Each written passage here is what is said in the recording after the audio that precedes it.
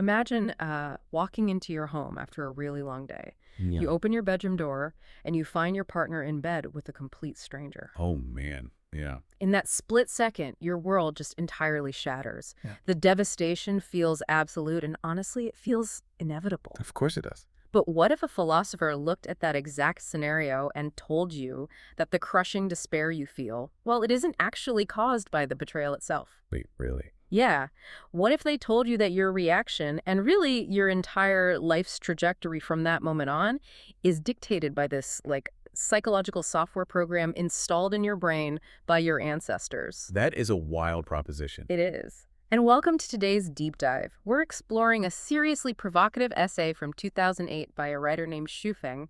It's titled Using Consciousness to Transform Cause and Effect. And our mission today is to explore a truly radical framework. Which is, no small task. Right. Because the author's core argument is that we aren't bound by fate. We are bound by inherited thought patterns. And if we can manage to, hack into our own consciousness and rewrite that software. We can literally alter the laws of cause and effect in our own lives. Exactly. I mean, it is a massive structural claim about human reality. We're talking about rewriting the basic physics of our existence here. Yeah, totally. The author is suggesting a shift from this passive space where the universe just kind of happens to you, right, into an active space where you are the literal architect of your own timeline. But before we really get into the mechanics of this, I do want to give a very clear heads up to you listening. Yeah, that's a good idea. This text does not pull its punches. The author tests his theories using some extremely emotionally charged, highly controversial topics. Very much so. So we are going to be unpacking discussions around infidelity, suicide, sexuality, and, well, fundamental morality. And I just want to make it crystal clear. We are not here to endorse these viewpoints or take sides on any of it. Right. Our goal is just to impartially dissect the original source material. We want to look at the machinery of these arguments and understand the fascinating ideas being proposed. Exactly. Because the author purposely uses these extreme examples to test the absolute limits of his philosophy. The implication is that, if this framework holds up under the most intense life or death human pressures, well, then it can certainly handle the everyday anxieties and obstacles we all face. Okay, let's unpack this. The essay centers on moving from what the author calls the realm of inevitability into the realm of freedom. So what exactly does he mean by that? Because when I read the text, the realm of inevitability sounded a lot like just living on autopilot. It's a really good way to put it. It's the state where most people operate. It's where your reactions are pre-programmed by the culture you grew up in. Right. So in this realm, if event A happens, consequence B just inevitably follows. Someone insults you, you get angry, you suffer a loss, you fall into despair. It is a completely closed loop. You don't even think about it. It just happens. Exactly. Now, the realm of freedom is the author's proposed alternative. It is what happens when you identify those inherited mental confines and actively step outside of them. Okay. So in the realm of freedom, event A might still happen, but consequence B does not have to follow. You have transformed your consciousness, which means you intercept the input and create an entirely new output. You break the chain of inevitability. Right. You break the chain. Which perfectly frames the opening of the essay. And I gotta say, it is a complete shock to the system. It really is. The author begins with this deeply tragic anecdote. He describes a woman in her late 20s holding her 1-year-old daughter who jumps from a building to her death. Yeah. And the reason given is that she had just returned home to find her husband in bed with another woman. It's horrific. But the author immediately asks a jarring question. Was this suicide? And his answer is no, it was homicide. Which is just, what a statement. No. It's intense. And he is incredibly specific about who, or rather, what committed the homicide. The text argues that she wasn't killed by her husband's actions, and she wasn't killed by the other woman. She was killed by traditional thinking. Wow. Yeah, the author views her mind as being trapped in this construct that told her a husband's infidelity is the ultimate life-ending destruction of her personal worth. So the text demands we look at the actual mechanics of that reaction. Yeah. Because the author lays out alternative mindsets that, if she had just adopted them in that split second, would have physically saved her life. Right. He suggests she could have run a different mental program, like thinking, my husband had an affair, it's not a big deal. At worst, I'll divorce him and find someone better. Or he even offers a completely cynical transactional mindset. Yeah, the tit-for-tat approach. Right. She could have thought, fine, You broke the rules, so can I. I'll let you off, you let me off. It's only fair. What's fascinating here is the absolute detachment the author applies to a moment of supreme emotional crisis. It's almost clinical. Exactly. He strips away the romance and the tragedy to expose the bare machinery of cause and effect. If consciousness remains unchanged, if she accepts the traditional mental construct of fidelity and honor, then the cause inevitably leads to the fatal effect. But by changing consciousness, the effect is actively altered. Right. Even if she changes it to something as emotionally detached as a transactional agreement, the physical tragedy simply does not occur. I found myself thinking of it like a rigid operating system. Okay, yeah. Like if you're running the traditional fidelity software, a fatal error in the marriage just crashes the whole computer. The hardware is destroyed. That's a great analogy. But I do have a hard time accepting this without pushing back a little. I mean, doesn't reframing a profound betrayal like this just minimize real, devastating emotional pain? It's a fair question. Is the author asking us to become these unfeeling robots who don't experience the sting of a broken heart? Or is he arguing purely about the raw mechanics of survival? Well, so the text actually doesn't spend time validating the emotional pain at all, because it treats that pain as a symptom of the faulty operating system. Oh, I see. To the author, the emotional devastation feels real to the person experiencing it, sure, but it is fundamentally unnecessary. It is a manufactured response based on rules that we didn't write. Wow. The argument is strictly about survival and spiritual progression. Holding on to traditional thinking in that moment wasn't noble. To him, it was a lethal trap. I still find that level of detachment pretty unsettling for a modern listener, but following his logic, it really shows just how high the stakes are. Absolutely. And we move from this extreme matter of life and death to the everyday societal pressures that govern, your life and my life. Because if a rigid mindset causes tragedy, how do these same mental constructs dictate our daily choices? Right. The focus shifts seamlessly to the invisible nets we all just walk around in every single day. The societal expectations that we accept as natural law, which the author insists are just more inherited code we need to rewrite. Yeah.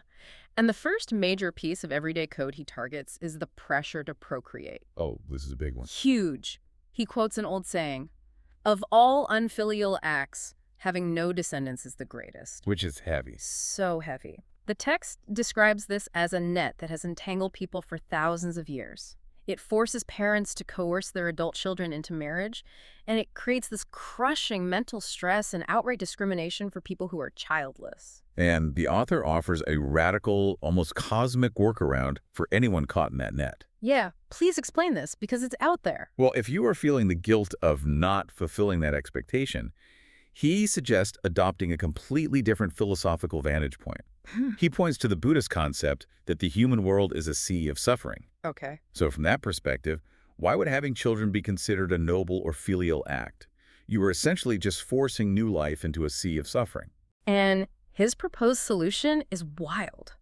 He says instead of succumbing to the societal pressure, you should cultivate yourself, reach a higher spiritual plane, what he calls the 1,000-year world, and have children in the heavenly kingdom where they will actually be blessed. Exactly. When I first read that, I'm not going to lie, it sounded like a fantasy escape hatch. Right, like a sci-fi concept. Yeah. But looking closer, it acts as a massive psychological pivot.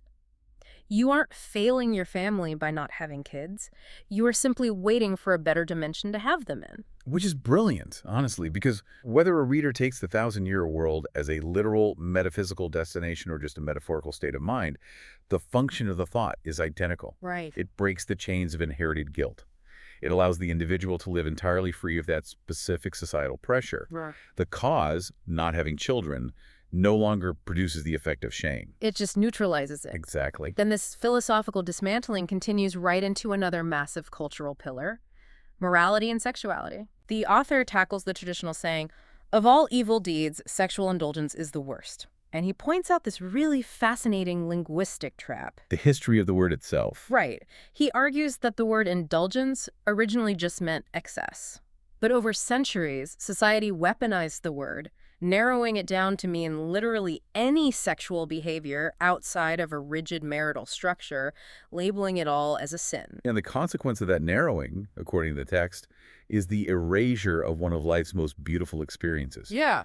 The author argues that this specific mental construct forces people into unnecessary secrecy. When they do pursue romantic or sexual connection outside of those narrow bounds, they are burdened with self-repression and torment. He actually places the blame for countless human tragedies squarely on this inherited shame. He does. But I need to jump in with a pushback here. Go for it. His alternative is to view romantic love and sexuality as a precious gift from the greatest creator. He says enjoying it actually aligns with natural law, but reading this, it immediately raises a red flag for me. Isn't this just a very elaborate philosophical loophole for unchecked hedonism? That's the obvious critique, yeah. I mean, it sounds like he's justifying doing whatever feels good, regardless of the fallout. Well, if we connect this to the bigger picture, the author actually anticipates that critique and includes a very specific crucial guardrail. Okay, what is it? He asks why we should repress this joy, quote, as long as it brings joy without disturbing others or society. Ah, That clause right there is the anchor. He doesn't view his philosophy as a license to cause chaos or harm people. He views it as a way to expand life's possibilities. so it's about internal liberation. Exactly. By redefining sexuality as a natural gift rather than an inherent sin, you remove the guilt. You don't necessarily change the physical action, but you completely break the old cause and effect of shame and self-destruction. Okay, that makes sense. So we've covered the mental constructs regarding fidelity, family, and sexuality that need to be dismantled. But the text gets incredibly specific about the how. Yes, the actual mechanics of rerouting fate. Right. How does changing your mindset actually manifest a different physical reality? And the author uses this brilliant geographical analogy that really crystallized the mechanics of this for me. The analogy of traveling to New York versus London. Yes. Let's talk about that. So the author says to imagine your consciousness is currently set on going to New York. As long as that remains your destination, every step you take, every decision you make will inevitably lead you to New York. The outcome is locked in. Completely locked in. But if you are halfway there and you genuinely change your consciousness, like you decide you're going to London instead, the outcome of arriving in New York is instantly canceled. Right. The physical reality of your location hasn't changed yet. You know, you're still standing on the exact same road, but the New York destination has ceased to exist in your timeline. It's gone. So what does this all mean? It's like a GPS rerouting in real time. The second you lock in the new coordinates, the old path simply vanishes. The inevitability is shattered. And to give you the new coordinates, the text introduces an overarching philosophy called the Lifechanyuan value. Okay, what is that? This is the author's ultimate framework. Walking the way of the greatest creator under this value system means the entire purpose of life is pursuing joy, freedom, and happiness right now. Right now, not later. Exactly. Yay. Not suffering for a reward later, but actively pursuing joy in this life while striving for higher dimensions in the next term, which he refers to with highly specific terms, like the 10,000-year world or the celestial islands continent of the Elysium world. Okay, let's bring this down to earth for a second and apply it to someone listening to this deep dive right now. Sure. Say you are on your morning commute.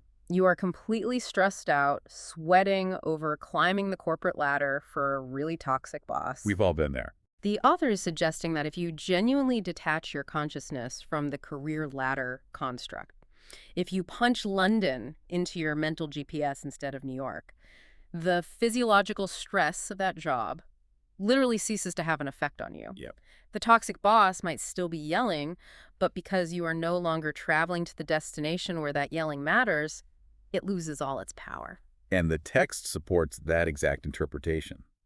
The author claims that once this specific joy-seeking consciousness is established, you escape the darkness by pursuing the sun. Wow. Meaning many of the sufferings, the anxieties, or the negative karmic obstacles that were waiting for you on your old path to New York, they simply cannot fruit. Because you're just not there anymore. Exactly. You are no longer in the environment where they can grow. You bypass them entirely just by changing your mind. But of course, the essay pushes this concept to its absolute breaking point. Oh, it goes all the way. It takes us from changing our daily trajectories to exploring the highest possible levels of consciousness, where the rules of reality seem to break down entirely. Right. The author maps out a literal ladder of thinking. Yeah, he outlines 8 progressive levels. I think it's material, imaginal, associative, illusory, visualized, Tai Chi, formless, and holographic thinking. Which is quite the ladder. He starts at the bottom with material thinking, which is where, frankly, most of us get stuck, just obsessing over physical things and status. Yep. And it progresses upward through all those stages. Tai Chi thinking is an interesting one that involves seeing the interplay of opposites, the yin and yang of reality. But he pushes even further, past formless thinking, all the way to holographic thinking. Let's zero in on formless thinking because the author claims that attaining this level is equivalent to Buddhahood. It means escaping human constraints completely. Yeah. And here's where it gets really interesting. The text poses the most provocative question in the entire essay. Can this advanced level of formless thinking change the inevitable cause and effect of actions like corruption or eating meat? It is the ultimate stress test of his own theory. And to answer it, he breaks down the metaphysics of formless thinking. He explains that in this state, there is an absence of a self-form and an absence of all forms entirely. So no categories at all. None. There are no labels, no human-made constructs of right or wrong. Therefore, in that pure state of consciousness, concepts like corruption or eating meat fundamentally do not exist. Because if you don't acknowledge the concept of personal property or wealth, you cannot commit corruption. Exactly. And if you don't acknowledge the distinction between a living being and a food source, you just don't have the concept of eating meat. His logic is entirely mechanical. If the form does not exist within your consciousness, there is no cause. And if there is no cause, there can be no effect. It's just a blank slate. Right. The author compares this to pulling the main power supply on a building.